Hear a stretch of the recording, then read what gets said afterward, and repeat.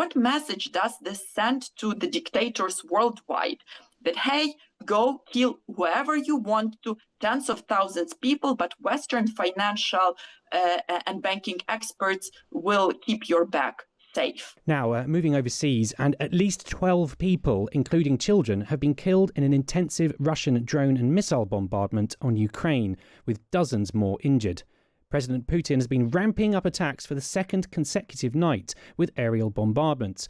Meanwhile, Ukraine and Russia have completed the largest prisoner swap after 3 days of exchanges.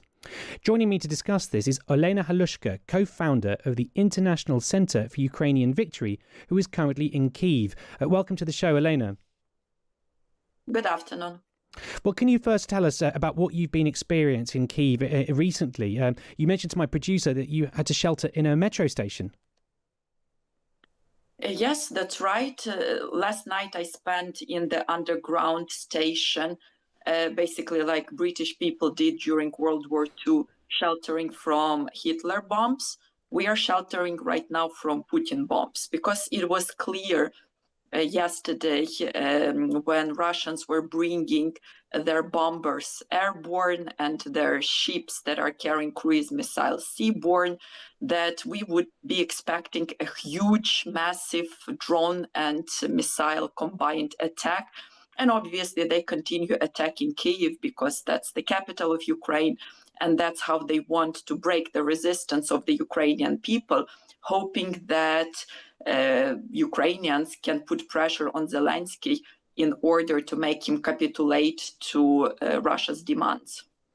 Well, that's interesting to get your perspective. You mentioned Zelensky, and of course, from the outside here in Britain, we hear about the attempts at peace brokering. Obviously, the United States, it goes without saying, have been a very well publicised, if not successful, attempts, and European partners as well. From your perspective, does the prospect of a peace deal with Putin seem as remote as ever? I mean, the signs are not encouraging, despite the prisoner swap.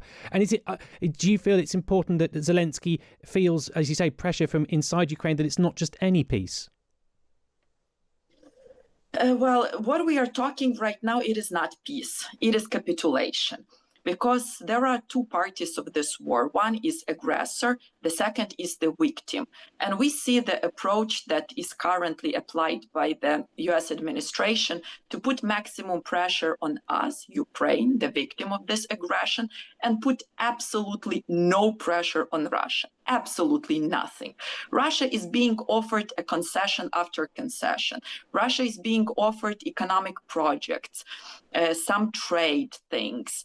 There are discussions to renew Nord Stream 2 that were posed before the start of the full-scale war, which is absolutely nonsense. I have the feeling that, we are getting back to 2021.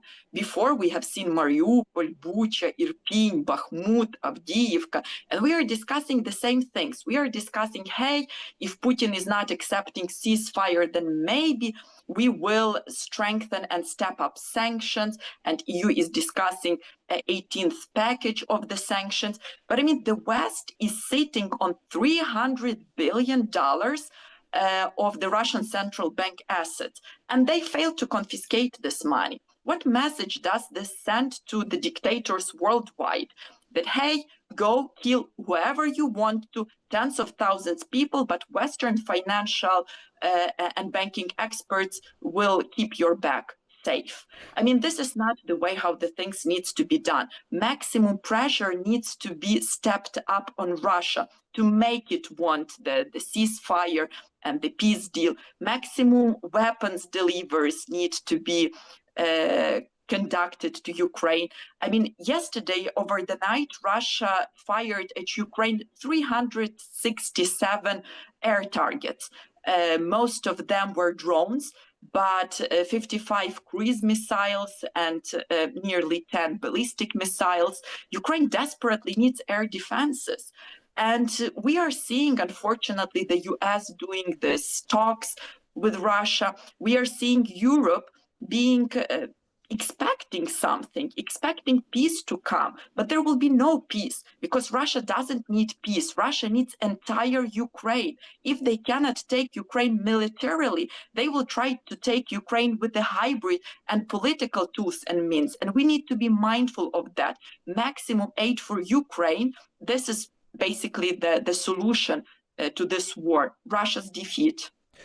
Well, thank you so much for that insight and indeed your experience. And obviously, we all wish you safety and wellness to you and everyone in Kyiv. Thank you for that. That's Olena Halushka, co-founder of the International Center for Ukrainian Victory, who is currently based in Kyiv.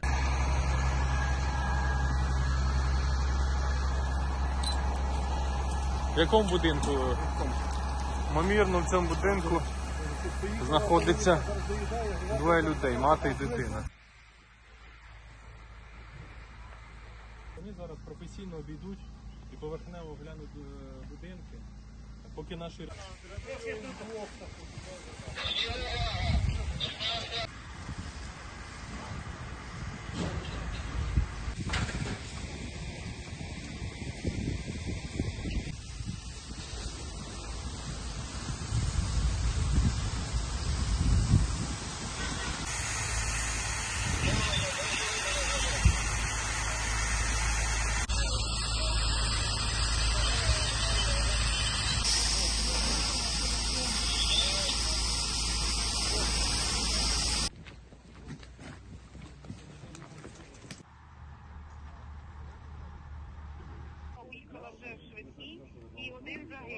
Лосько Олена Василівна, правильно?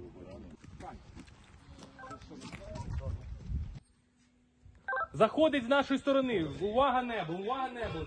Всім